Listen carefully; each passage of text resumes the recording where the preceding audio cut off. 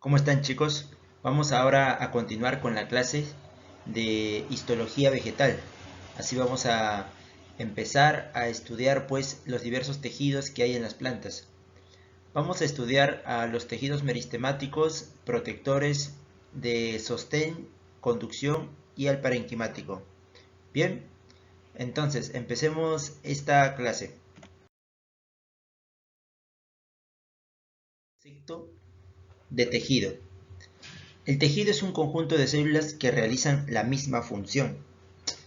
Bueno, recuerda que la célula vegetal es o tiene unas características funcionales, estructurales específicas. Por ejemplo, la célula vegetal que ven en la imagen tiene una pared celular, lo cual le da una resistencia mecánica a los contaminantes que están en el ambiente.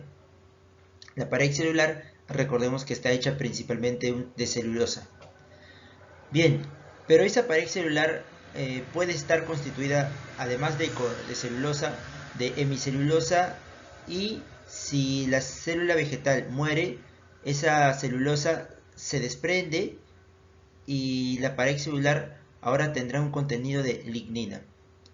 La diferencia con la pared celular con celulosa y la de lignina es que aquella con celulosa es más blanda, es más flexible, se podría decir hasta elástica. En cambio, aquella pared con lignina es pues áspera, dura, inflexible, ¿no? Por eso tenemos que la madera o los troncos son material muy duro, porque están hechas de pared celular con lignina. En cambio, las plantas verdes, como un arbusto o una hierba, están hechas de celulosa y es por eso que son muy flexibles y hasta fáciles de romper. Bueno, la célula vegetal además se caracteriza por su vacuola, ¿ok?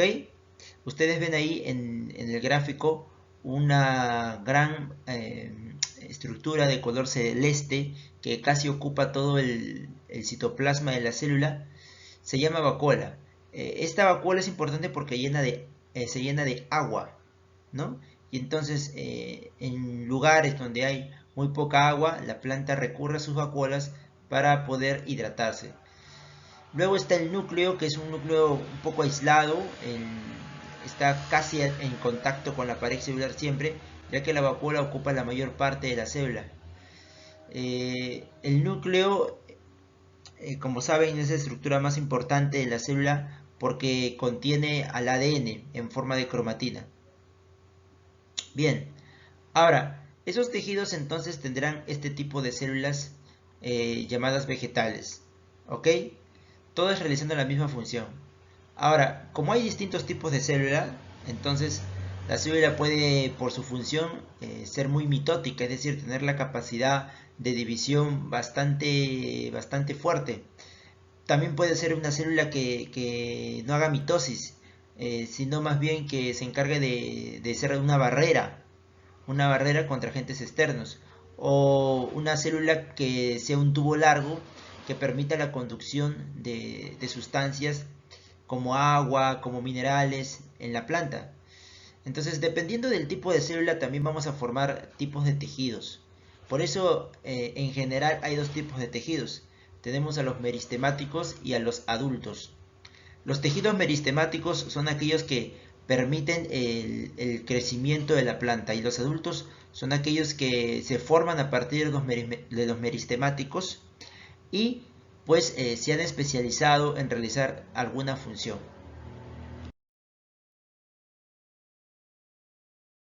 Empecemos hablando acerca de los tejidos meristemáticos. Ellos tienen células mitóticas encargadas del crecimiento en las plantas. Las células mitóticas son aquellas con gran capacidad de división. Bien, o sea, a partir de una pueden salir dos, y esas dos, cuatro, y así exponencialmente se puede dividir la célula hasta que permite el crecimiento de la planta. Ahora, el crecimiento de la planta se da de dos formas. Puede ser en longitud, es decir, de arriba a abajo, o puede ser lateralmente, es decir, en el ancho. Entonces, aquellos tejidos meristemáticos primarios permiten el crecimiento en longitud, Y los secundarios, el crecimiento lateral. Miren, a los primarios se les llama también meristemos. ¿Y dónde están esos meristemos? Principalmente en los ápices del tallo y de la raíz, ¿no? Permitiendo que de esa manera la raíz y el tallo se elonguen. Por ejemplo, aquí vamos a encerrar a una de ellas para que ustedes puedan ver. Ese es el ápice del tallo y es ahí donde vamos a encontrar un meristemo, ya que va a permitir la elongación del tallo. Y por aquí, en una raíz secundaria, vamos a encontrar pues el ápice de la raíz y ahí también meristemos. ¿Ok? Mientras que en los secundarios encontramos cambium, que es una estructura que también permite el crecimiento, pero ya no en longitud, sino lateralmente. Entonces aquí tenemos un corte en este gráfico. Hemos cortado un tronco y en ese tronco vemos que hay varias capas y una de esas capas se llama cambium. El cambium permite el crecimiento hacia adentro y hacia afuera, haciendo así que el tronco sea mucho más grueso y lo cual favorece pues a la planta. Bien chicos, hasta ahí sobre los tejidos meristemáticos. Ahora hablemos un poco de los tejidos adultos. Bueno, como te había dicho, estos tejidos están especializados. Por ejemplo, uno de ellos es el tejido protector. Su función, como su nombre bien dice, es la de proteger, custodiar a la planta. Es por eso que lo vamos a encontrar siempre en las superficies. Tiene como función proteger a la planta de las amenazas externas, efectivamente. La planta, así como nosotros, está expuesta a virus, a bacterias, a insectos, hongos, etcétera de cosas. Entonces tiene que de alguna manera protegerse y ha desarrollado por eso este tejido. La epidermis y la peridermis son los dos tejidos protectores que vamos a encontrar en las plantas. La diferencia está en que la epidermis está hecha de células vivas y estomas, mientras que la peridermis está hecha de células muertas y lenticelas. Bueno, vamos a explicar cada una de ellas. Vamos a utilizar este gráfico que tenemos abajo, ¿ok?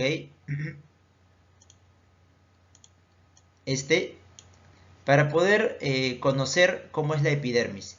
Miren, lo que ustedes están viendo ahí es el corte de una hoja. Ese corte de hoja tiene pues dos capas. Voy a señalar por aquí.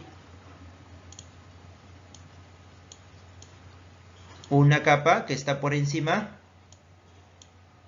y otra capa que está por debajo. Las dos capas de la hoja se llaman epidermis. Una es superior y la otra inferior.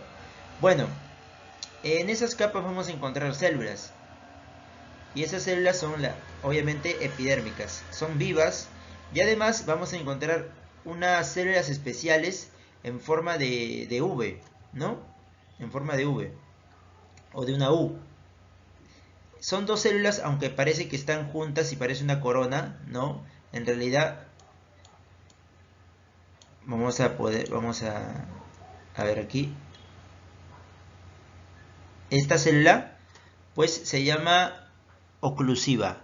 Bien, esa célula oclusiva siempre está acompañada de su gemela, podemos decir. Siempre vienen juntas, en parejita. ¿Por qué? Porque ellas dos forman alestoma. Entonces, esa boquita que ustedes pueden ver ahí, que no es una, sino varias, son estomas. Y los estomas son importantes porque tienen un orificio, ¿no? Tienen un orificio que ustedes pueden ver aquí, ese orificio, ¿sí?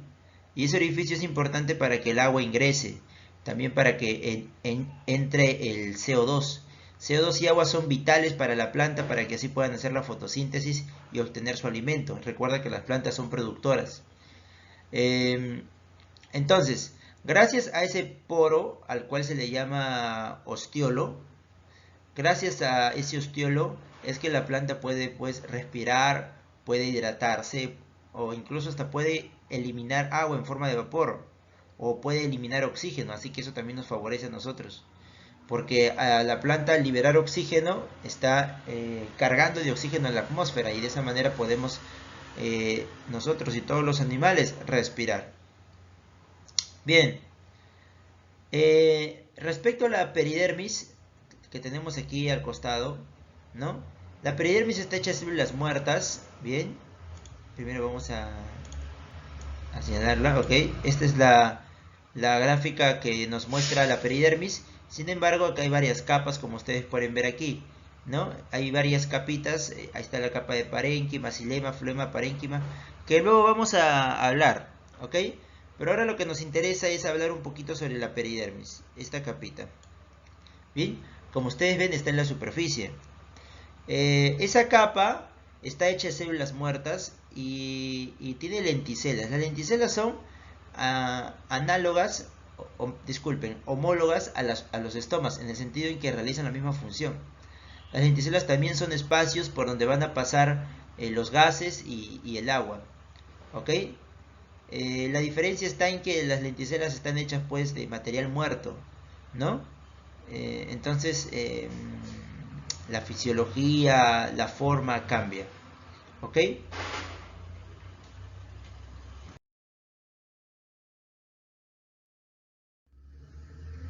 Bueno, luego tenemos el tejido parenquimático o también llamado fundamental. Ese tejido, chicos, ha sido estudiado evolutivamente y se postula que podría ser también un tejido precursor de otros. Es decir, el parenquimático podría ser aquel que ha formado el epidérmico, aquel que ha formado el peridérmico, en el sentido de que el parenquimático, a pesar que tiene una función especializada, que ya vamos a ver en un rato, tiene la capacidad de dividirse, es decir, tiene células mitóticas. Así que, si te preguntaran por ahí, ¿quién es el tejido encargado del crecimiento? No solo es el tejido meristemático, también es el tejido parenquimático. ¿Ok? Ahora, si te dicen especializado en el crecimiento, ahí sí, es meristemático, sin lugar a dudas. Pero el parenquimático también puede realizar esa función, debido a que hace mitosis. ¿Ok? Bueno, como ven ahí, dice constituido de células mitóticas que ocupan espacios entre tejidos diferenciados. En realidad este es un tejido de relleno, porque vamos a encontrarlo ocupando espacios que simplemente están vacíos, ¿no? Y por eso se le llama, pues, que hace un relleno y hasta de repente a veces no realiza ninguna función, simplemente rellena y punto, ¿no? Bueno, tenemos dos tipos de parenquimático, el clorofiliano y el de reserva. El clorofiliano tiene como función la fotosíntesis. Tenemos acá una imagen, esta imagen, y ahí, chicos, nosotros estamos viendo varias células, ¿no? Las células, como te había dicho, tienen una pared celular, por eso tienen una forma bastante marcada. En este caso, forma hexagonal. Esas células dentro tienen bastantes puntos verdes. Cada punto verde es un cloroplasto, ¿ok? Y el cloroplasto es la organela celular encargada de la fotosíntesis. Así que estas células pues hacen una gran cantidad de fotosíntesis. Y por lo tanto pueden fabricar gran cantidad de alimento. Por eso el parénquima clorofiliano es conocido por su función de fotosíntesis. Otro es el caso del parénquima de reserva. Ellos no elaboran alimento, ellos más bien lo almacenan. Pueden almacenar no solo alimento como el almidón, ¿no? Sabemos que... Vamos a subrayar por aquí, aquí está. Sabemos que el almidón es el alimento producido por las plantas. Es una reserva que las plantas forman en la cual el almidón puede actuar como energía en un futuro, ¿no? Es como cuando tú, digamos, viene un tiempo de escasez y te vas como loco al mercado y compras menestras, porque tienes que tener guardado ya que sabes que va a venir la escasez. Es lo mismo, la planta siempre tiene, entre comillas, un pensamiento de que va a haber escasez. Por eso siempre está almacenando. Almacena en forma de almidón. ¿Ok? Bueno, el parénquima que realiza esta función de almacenar almidón es el amiláceo, ya como ustedes pueden ver al costado. Asimismo, el parénquima puede almacenar agua, en este caso se llamará acuífero, y esto lo hacen mayormente las plantas que viven en el desierto, como los cactus, en el sentido de que al carecer de agua, pues tienen que por si acaso almacenarla. Otras, como el parénquima almacena el aire, ahí se llamará airífero. ¿Quiénes almacenan aire? Bueno, chicos, pues muy sencillamente aquellas plantas que necesitan flotar en el agua. Almacenan aire para tener pues como unas boyas que les permiten la flotabilidad. ¿Ok? Por ejemplo, el junco que vive en el agua necesita este tipo de parénquima. Bien, en la imagen ustedes pueden ver entonces células parenquimáticas que están pues tienen puntos moraditos, pues esos puntos moraditos son granos de almidón, ¿ok? Es bastante bonito observar estos granos de almidón cuando tú tiñes con Lugol las células de la planta, ¿ok? Porque te demuestra su existencia, ¿verdad? Luego también tenemos al tejido de sostén. Bueno, como su mismo nombre dice, es un tejido de soporte. Por eso lo vamos a encontrar debajo de la epidermis. La epidermis está siempre apoyándose en este tejido de sostén. ¿Ok? El tejido de sostén puede ser de dos tipos, colenquimático y esclerenquimático. Bien, el colenquimático está hecho de células vivas y está en los órganos de crecimiento y está constituido por células con celulosa. Bueno, la celulosa ya te había dicho, es un polisacárido que está presente en la pared celular de las plantas y le brinda flexibilidad. Así que miren, en esta gráfica vamos a explicar. Miren esta gráfica. Observen que hay muchas células, ¿ok? Y esas células en sus vértices tienen gran cantidad de celulosa, ¿ok? Y esa celulosa le permite al tejido ser flexible, también tener cierta elasticidad y también brindar protección, pues, brindar ser tenaz. De esa manera puede soportar todo el peso del tejido epidérmico, ¿ok? El tejido esclerenquimático es otro cuento. ¿Qué ocurre? Es un tejido disperso porque lo vamos a encontrar en distintos órganos. Brinda elasticidad y resistencia a la planta, constituido por células muertas con lignina. ¿Ok? Aquí vamos a encontrar en su pared celular, por ejemplo en esta imagen, vamos a encontrar células muertas que tienen pared muy dura porque tienen lignina. Bueno, ese tejido efectivamente es un buen soporte, porque la lignina incluso es mucho más dura que la celulosa. Así que pues ahí se puede apoyar tejidos también mucho más pesados, como por ejemplo la peridermis. Bien, así que sirve de bastante también importancia para una planta. Sobre todo para las plantas que son muy pesadas, ¿no? Como por ejemplo el árbol, ¿no? Ahí hay bastante tejido esclerenquimático, tiene que soportar el peso pues de otros tejidos también pesados.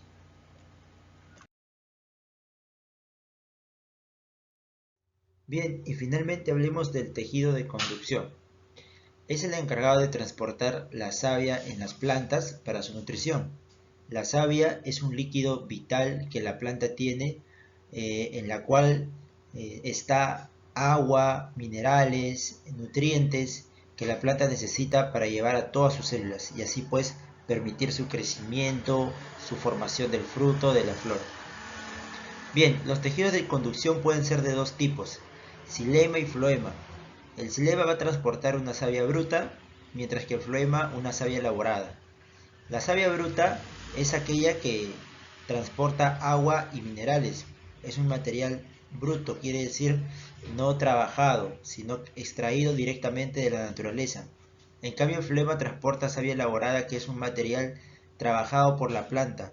La planta utiliza la savia bruta para procesarla y luego formar savia elaborada. La savia elaborada, por lo tanto, contiene productos como la glucosa, proteínas o grasas. Bien, la savia bruta es transportada por medio de células llamadas tráqueas. Las tráqueas en su conjunto reciben el nombre de vasos leñosos. Estas tráqueas están aquí en la imagen, te las voy a señalar.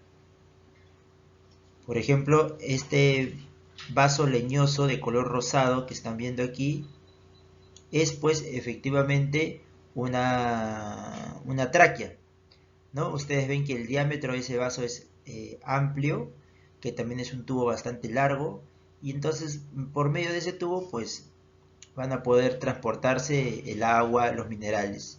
Al costado de las tráqueas tenemos otras estructuras, pero ya de una forma distinta, en una forma de cuchillo, ¿no? Que es esta. Esas son las traqueidas. Bien, entonces la savia bruta pasa principalmente por las tráqueas. También puede pasar por las traqueidas, pero lo que ocurre es que la traqueida es o tiene un diámetro más pequeño y es por eso que es más sencillo que pasen por las tráqueas. Bien, luego tenemos el floema. El floema para conducir la savia elaborada tiene a dos tubos cribosos. Bien, que aquí vemos en la imagen. Se les llama así porque el tubo criboso está hecha de células cribosas y la célula cribosa tiene en sus polos, es decir, aquí y aquí, una criba, que es una placa que está llena de poros por donde va a pasar el material que es la savia elaborada.